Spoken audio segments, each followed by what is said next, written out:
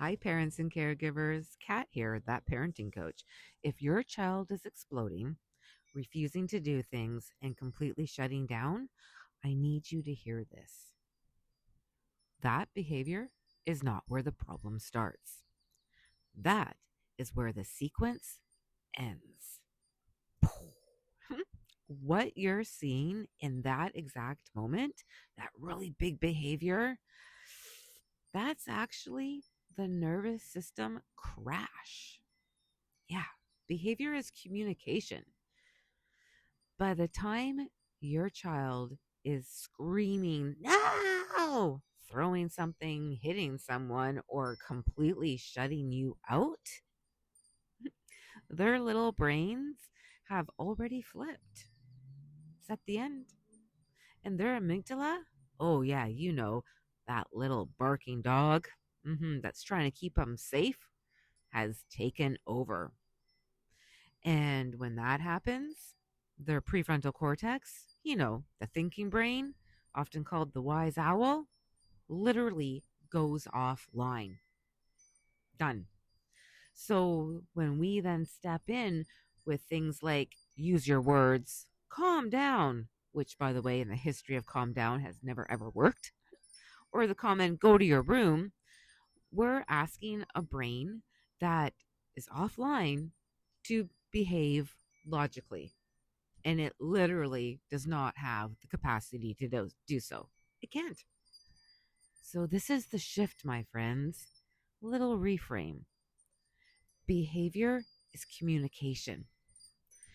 But more than that, behavior is a state. And your child isn't giving you a hard time. No child wakes up wanting to have a bad day. No, your child is having a hard time.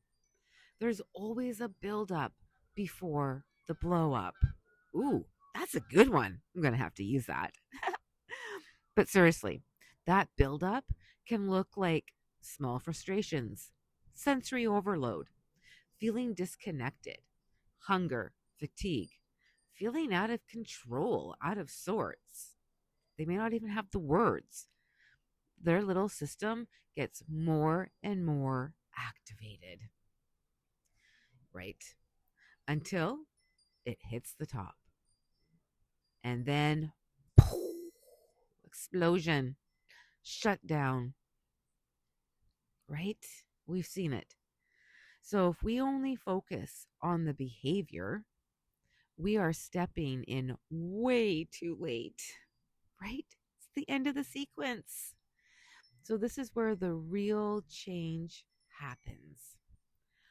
We don't start with correction. We start with regulation, right? Because regulated brains are able to learn, and dysregulated brains are only there to survive. So, in that moment, your job is not to fix the behavior, not at all. Your job is to lend your calm. Remember, little people borrow our nervous systems. And so, what that can look like is you lowering your voice, getting physically close if they allow it, saying very little, slowing everything down. It's all good. You are not teaching in that moment that they are exploding, right?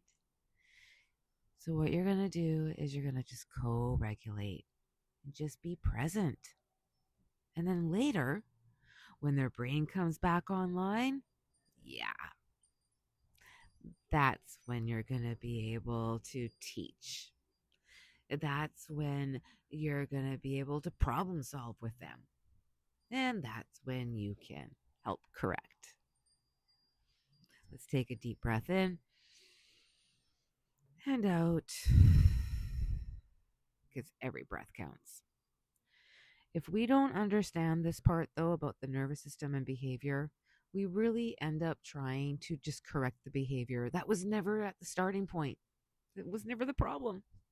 So next time you see the explosion, instead of asking, what's wrong with this behavior, we're going to shift it slightly and try asking something like, what happened in the nervous system before this? And that question, my friends, will change everything. It's a whole other lens.